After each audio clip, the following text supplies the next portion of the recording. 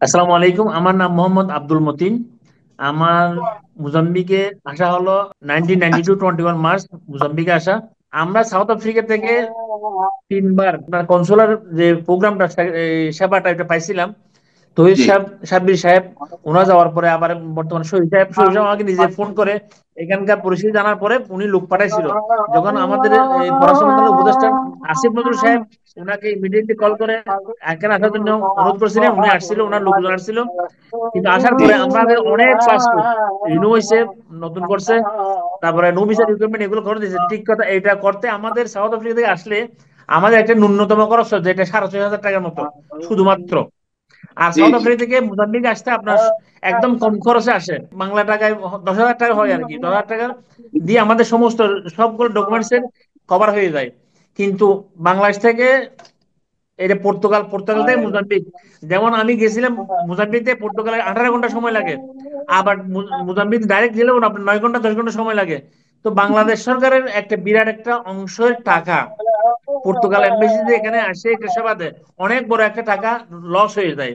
তা আমরা চাইছিলাম, আমরা অনুরোধ করেছিলাম, বলছিলাম যে সাউথ আফ্রিকা প্রিটোরিয়া কনসুলেট থেকে যদি আমাদেরকে সেবাটা দেওয়া হয় তাহলে আমাদের লোকজনের এখানে এরা অসম্ভব একটা ফিলিং, ওয়েল ফিলিং অনুভব করে। আর যেটা আমরা এদের ব্যাপারে আসার ব্যাপারে যেটা কনভেন্স এবং এটা খাওয়া দাওয়া এদের ব্যাপারে, এটা সব আমরা বাঙালি কমিটি থেকে আমরা বহন করছিলাম। ওনাদের কোনো টাকা পয়সা খরচ করার জন্য আমরা এগ্রি ছিলাম না, আমরা নিজেরাই খরচ বহন করছিলাম। এবং ওনারা আইসা কাজ করে করে চলে গেছে। যেমন আমি আপনাকে একটু বলি, যেমন আমার সন্তান, আমার নাতিপুতি সব এখানকার জন্ম, আচ্ছা, আচ্ছা। এরকম অনেক আছে। আমি আমি 92-তে মোজাম্বিক আসার পর আমি প্রথম বাঙালি, এবং আমি আমার ভাই আমরা দুইজন 92 21 মার্চ আমরা মোজাম্বিকে পা রাখি প্রথম বাঙালি হিসাবে। এখন এই আচ্ছা, পর্যন্ত অনেক আচ্ছা। বাঙালি ফ্যামিলি, অনেক বাঙালি ছেলেমেয়েরা মোজাম্বিকের নাগরিকত্ব পাইছে। অনেক আছে যারা এখানে জন্ম, এরা সব মোজাম্বিকের জন্মগত নাগরিক, এদের নতুন এটা কোনো নতুনরা সন্দেহ নেই। নতুন কিন্তু সাউথ নতুনরা আফ্রিকা, কি আসতেছে মোজাম্বিকে নতুনরা কি আসতেছে? নতুনরা এখনো আসতেছে, নতুনরা এখনো আসতেছে। আসার পরে ওরা ওখানে থাকে কিভাবে বা কিভাবে কাজ পায়? এরা একজনের স্পন্সর নিয়ে ডকুমেন্ট পত্র সবগুলো তৈরি করে, এবং এখানে বর্তমানে যেটা কার্ড সিস্টেম ওইটা নতুনদেরকে দেয় না, এদেরকে 1 বছরের ওয়ার্কিং ভিসা ইস্যু করে মোজাম্বিক আচ্ছা, গভর্নমেন্ট, আচ্ছা। যেটা আচ্ছা, রিনিউয়েবল, যেটা রিনিউয়েবল। তো আচ্ছা। আমরা এখানে অনেক বাঙালি এখন দিন দিন আরো বাড়তেছে, দিন দিন আচ্ছা, এখানকার, আর এখানকার অনেক সুবিধা হলো এখানকার এগ্রিকালচার একটা বিরাট সোর্স। আচ্ছা। যদি আচ্ছা। আমাদের তার মানে বাংলাদেশে কোনো একটা যারা বড় বাংলাদেশিরা কোম্পানি আছে এখানে, কেউ বেকার নেই, সবাই কাজের মধ্যে আছে বা ব্যবসার মধ্যে আছে। সবাই বেশিরভাগ আমরা আছি আজগর ব্যবসার মধ্যে, কারণ এসে আমরা বেশিরভাগ আছি ব্যবসা বাণিজ্য নিয়ে। আচ্ছা, আচ্ছা। ভিতরে দেখ আর এখানকার আচ্ছা। যে আমরা সাউথ আফ্রিকা যখন আমাদের কাছে আসছিল, আমরা সবকিছু মেনটেন করে অনেকগুলো পাসপোর্ট এদের আমাদেরকে বলেছিলাম যে আমাদেরকে পাঠিয়ে দেওয়ার জন্য, বাতাস এবং আমাদের লোক পাঠিয়েছিলাম, আমাদের রিপ্রেজেন্টেটিভ পাঠিয়েছিলাম।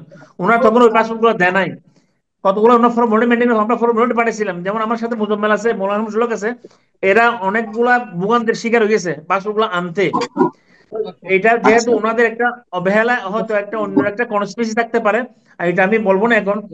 তো এটা না বলার কারণ হলো ওনারা আমাদেরকে অসহযোগিতা, ওখানে বাংলাদেশ কনসুলেটে যিনি সেক্রেটারি হিসেবে ছিলেন জনাব আলমগীর সাহেব, তো উনি জি। আমাদেরকে সহযোগিতা করে নাই। যুবলীগের ক্যাডার, ছাত্রলীগ যুবলীগের ক্যাডার উনি। তো আচ্ছা। যুবলীগের ক্যাডার।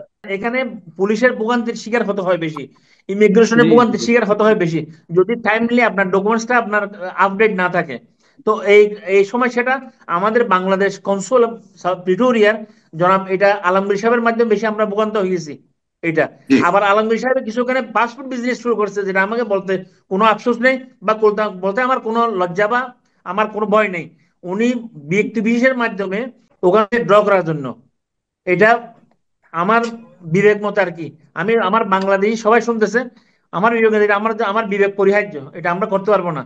ওই যে ওনারা যখন আসছিল, আমরা বাংলাদেশি কমিউনিটি যত সব লোক পাসপোর্ট রিনিউ করছে, বানাইছে বা করছে, আমরা ওনাদের ফিসটা ছাড়া কোনো বাঙালি থেকে একটা পয়সা আমরা অ্যাক্সেস করতে দিই নাই। একটা পয়সা যেহেতু বাঁচলে আমার বাংলাদেশের রেমিটেন্সটা পাবে, এই জন্য আমরা অন্য অ্যাক্সেস করতে, এটা ওনাদের শুধুমাত্র ওনাদের ফিসটা আমরা আমাদের বাঙালি বাইরে দিছি। এবং আমরা এমন ভাবে ডিক্লেয়ার দিয়েছিলাম যে যদি আমাদের কোনো বাঙালি ভাইয়ের টাকা পয়সার সমস্যা হয়, এবং ওই রিনিউ ফিসটা আমাদের নিজেদের পকেট থেকে আমরা বহন করব, এটাও আমি বলে আচ্ছা। দিয়েছিলাম আমাদের ওই সময়।